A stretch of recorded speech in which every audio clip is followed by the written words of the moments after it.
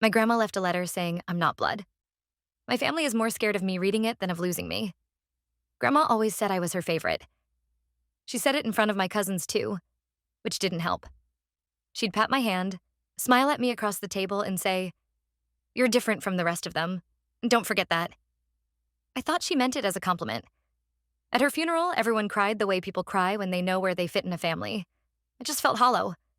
Then the lawyer pulled me aside in a cramped office that smelled like dust and coffee. "She left something specifically for you," he said, sliding a cream envelope across the desk. My name was on it in her handwriting, shaky but unmistakable. Before I could pick it up, my mother's hand darted out and snatched it. "That must be a mistake," she said brightly, too brightly. "Anything important would be in the will, not some note." The lawyer frowned. She was very clear. "This is for your daughter only." My mom's fingers tightened around the envelope. For a second, I thought she might rip it up right there. My father stepped in, gently pried it from her grip, and set it back on the desk like it was something that might explode.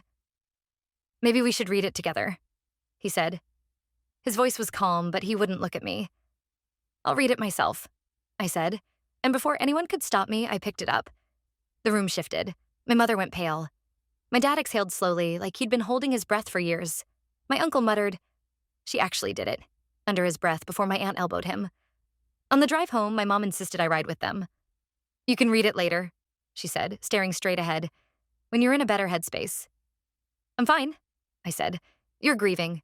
You don't need extra confusion." "Confusion about what?" I asked. She gripped the steering wheel harder.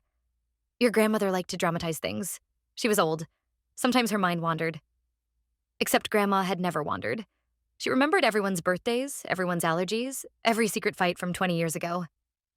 She forgot nothing. At home, I went straight to my old room and locked the door. The envelope felt heavier than paper should.